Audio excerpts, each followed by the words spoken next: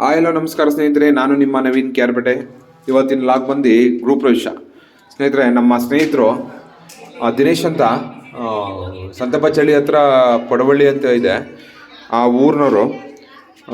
Actually ಇದು ಕ್ಯಾರ್ಪೇಟೆ ತಾಲೂಕಿಗೆ ಬಾರ್ಡ್ರಲ್ಲಿ ಬರೋ ಊರಂತೂ ಭಾಳ ಪ್ರಕೃತಿ, ಸುತ್ತ ತೋಟ, ಮಧ್ಯದಲ್ಲಿ ಊರಿದೆ. ಭಾಳ ಅದ್ಭುತವಾಗಿ ಮನೆಯನ್ನು ಕಟ್ಸಿದ್ರು. ಹೋಗಿದ್ದು ದೇವರಂತೂ ಭಾಳ ನೀಟಾಗೆಲ್ಲ ಪೂಜೆ ಮಾಡಿ ನೀಟಾಗಿ ಕುಣಿಸಿದ್ರು. ಮತ್ತು ಟ್ರಿಪಲ್ ಬೆಡ್ರೂಮ್ ಮನೆ ಇದು.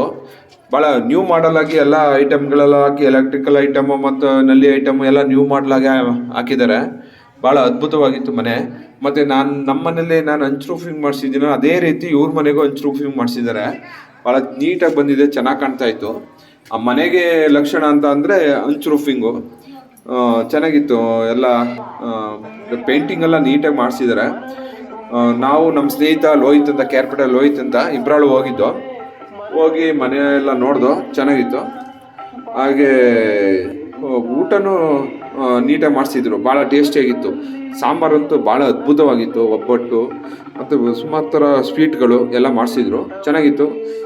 ನಾನು ನಮ್ಮ ಸ್ನೇಹಿತರ ಊಟ ಮಾಡಿಕೊಂಡು ಅಲ್ಲಿಂದ ಕ್ಯಾರ್ಪೇಟೆಗೆ ಹೊರಟು.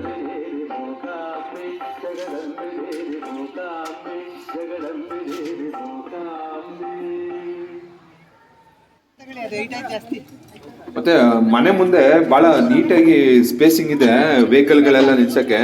ಮನೆಗೆ ಯಾವತ್ತಿದ್ರು ಈ ಥರ ಸ್ಪೇಸ್ ಇರಬೇಕು, ಭಾಳ ನೀಟಾಗಿ ಇರುತ್ತೆ, ಚೆನ್ನಾಗಿ ಕಾಣುತ್ತೆ. ವೆಹಿಕಲ್ಗಳೆಲ್ಲ ನಿಲ್ಸೋಕ್ಕೆ ಮುಂದೆ ಸ್ಪೇಸ್ ಇತ್ತು ಸ್ನೇಹಿತರೆ. ಮತ್ತೆ ಇಲ್ಲಿ ಇನ್ನೊಂದು ವಿಚಾರ ಸ್ನೇಹಿತರೆ, ಇಲ್ಲಿ ಒಂದು ದೇವರು ಸರಿಯಾಗಿ ಗಂಡು ದೇವರು ಹೆಣ್ಣು ದೇವರು ಗೊತ್ತಾಗ್ಲಿಲ್ಲ, ಪೂಜೆ ಮಾಡಿದ್ರು. ಆ ದೇವರ ಇಡೀ ಗ್ರೂಪ್ ಪ್ರವೇಶ ಮಾಡಿದವ್ರು ಮನೆಯವರೆಲ್ಲ ಇಡೀ ಊರಿಗೆ ಹೊತ್ಕೊಂಡೋಗಿ ಮನೆ ಮುಂದೆ ಪೂಜೆ ಮಾಡಿಸ್ತಾರೆ. ಮನೆಗೆ ಹೋಗಿ ಮೆರವಣಿಗೆ ಮಾಡಿಸಿ